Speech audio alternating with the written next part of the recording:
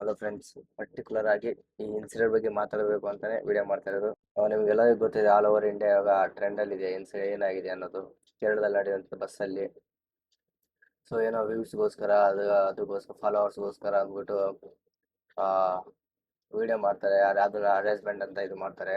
ನೀವು ಆ ಪರ್ಟಿಕ್ಯುಲರ್ ಆಗಿ ವಿಡಿಯೋ ನೋಡಿದ್ರೆ, ಕರೆಕ್ಟಾಗಿ ಅಬ್ಸರ್ವ್ ಮಾಡಿದ್ರೆ ಅಲ್ಲಿ ಏನಿಲ್ಲ, ಅವರು ನಿಂತ್ಕೊಂಡಿದ್ದಾರೆ, ದೀಪಕ್ ಅನ್ನೋ ಒಂದು ವ್ಯಕ್ತಿನೂ ನಿಂತ್ಕೊಂಡಿದ್ದಾರೆ. ಇವಾಗ ಪ್ರೆಸೆಂಟ್ ಇವಾಗ ಅವರಿಲ್ಲ, ಸೂಸೈಡ್ ಮಾಡ್ಕೊಂಡಿದ್ದಾರೆ. ಇವಾಗ ಇವರು ಕೂಡ ವಿಡಿಯೋ ಮಾಡಿದ್ರು ಕೂಡ ಅರೆಸ್ಟ್ ಆಗಿದ್ದಾರೆ ಪ್ರೆಸೆಂಟ್. ಸೊ ಆ ಥರ ಫಾಲೋವರ್ಸ್ಗೋಸ್ಕರ ಅಂದ್ಬಿಟ್ಟು ಒಬ್ಬರು ತೊಂದರೆ ಕೊಟ್ಬಿಟ್ಟು ಕಂಟೆಂಟ್ ಅನ್ನೋದು ಅದು ಅನ್ನೋದು, ದಟ್ಸ್ ನಾಟ್ ರೈಟ್. ಸೊ ಮಾಡಿದ್ರೆ ಒಬ್ರಿಗೆ ಖುಷಿ ಆಗಬೇಕು. ಏನೋ ಇನ್ಸ್ಪೈರಿಂಗ್ ಥರ ಇರಬೇಕು. ಆ ಥರ ಇರಬೇಕು. ಒಬ್ಬರು ಒಂದು ವಿಡಿಯೋಯಿಂದಲೇ ಒಬ್ಬರ ಜೀವನ ಹಾಳಾಗೋದು ಅನ್ನೋದಂದ್ರೆ ಅದು ತಪ್ಪು. ಇವಾಗ ಆಗಿರೋದೇ ಅದು ಇನ್ಸಿಡೆಂಟ್ ಕೇರಳದಲ್ಲಿ.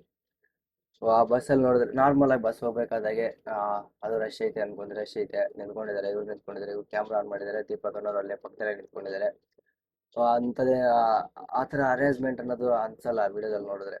ಜಸ್ಟ್ ನಾರ್ಮಲ್ ಹೋಗ್ಬೇಕಾದ್ರೆ ನಿಂತ್ಕೊಂಡಾಗ ಸ್ಟೇಬಲ್ ಆಗಿ ನಿಂತ್ಕೊಳ್ಳೋಕ್ಕಾಗಲ್ಲ, ಸ್ವಲ್ಪ ಆ ಕಡೆ ಈ ಕಡೆ ವಾಲಾಡ್ತಾ ಇರ್ತೀವಿ. ಅಲ್ಲೂ ಅದೇ ನಡೆದಿರೋದು. ಅದನ್ನ ಇವರು ವಿಡಿಯೋ ಮಾಡಿ ಅರೇಂಜ್ಮೆಂಟ್ ಅಂತ ಹಾಕಿ, ಅದು ಇಮಿಡಿಯೇಟ್ ವೈರಲ್ ಆಗಿದೆ. ಆ ಥರ ವಿಡಿಯೋಗಳಾದರೆ ಇಮಿಡಿಯೇಟ್ ವೈರಲ್ ಆಗ್ತವೆ.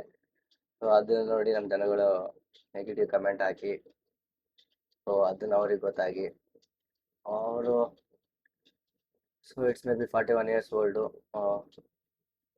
ಸೊಸೈಟಿಯಲ್ಲಿ ತುಂಬ ರೆಸ್ಪೆಕ್ಟ್ಫುಲ್ ಪೀಪಲ್ ಅನಿಸುತ್ತೆ. ಮತ್ತು ಸಡನ್ನಾಗಿ ಈ ಥರ ಆದಾಗ ಯಾರೂ ತಡ್ಕೊಳ್ಳಲ್ಲ. ಒಂದು ಒಳ್ಳೆಯ ಘನತೆ ಗೌರವವನ್ನು ಕಾಪಾಡ್ಕೊಂಡು ಬಂದಿರ್ತಾರೆ. ಮರ್ಯಾದೆ ತಗೊಂಡು ಬಂದರೆ ಹುಡುಗರ ಜೀವನ ಕಳ್ಕೊಂತಾರೆ. ಇವಾಗ ನಡೆದಿರೋದೇ ಆ ಥರದ ವಿಷಯ, ಇನ್ಸಿಡೆಂಟ್. ಇವಾಗ ಸಪೋಸು ಇವಾಗ ಈ ಇನ್ಸಿಡೆಂಟ್ ವೈರಲ್ ಆಗೈತೆ. ಇವಾಗ ದೀಪಕ್ ಅನ್ನೋರು ಬದುಕಿದ್ರೆ ಯಾವ ಥರ ಇರ್ತೈತೆ ಸಿಚುವೇಶನ್ ಅನ್ನೋದನ್ನ ಕಮೆಂಟ್ ಮಾಡಿ ತಿಳಿಸಿ. ನಿಮಗೆ ಈ ಇನ್ಸಿಡೆಂಟ್ ಬಗ್ಗೆ ಏನು ಅನ್ನಿಸ್ತಾ ಇದೆ? ಇವಾಗ ಪ್ರೆಸೆಂಟು ಎಲ್ಲ ಕಡೆ ಫುಲ್ಲು ವೈರಲ್ ಆಗ್ತಾ ಇದೆ. ಇವಾಗ ಅವ್ರು ಸತ್ತೋಗಿದ್ದಕ್ಕೆ ಹುಡುಗಿ ಮೇಲೆ ಬ್ಯಾಡ್ ಕಮೆಂಟ್ ಮಾಡ್ತಾ ಇರೋದು. ಹಿಂಗೆ ಸಡನ್ನಾಗಿ ಇಮಿಡಿಯೇಟ್ಲಿ ಚೇಂಜ್ ಎಲ್ಲರೂ. ಏನೋ ಇಷ್ಟು ಮಾತಾಡಬೇಕು ಅನ್ನಿಸ್ತು, ಹೇಳಿದ್ದೀರಿ. Thank you so much.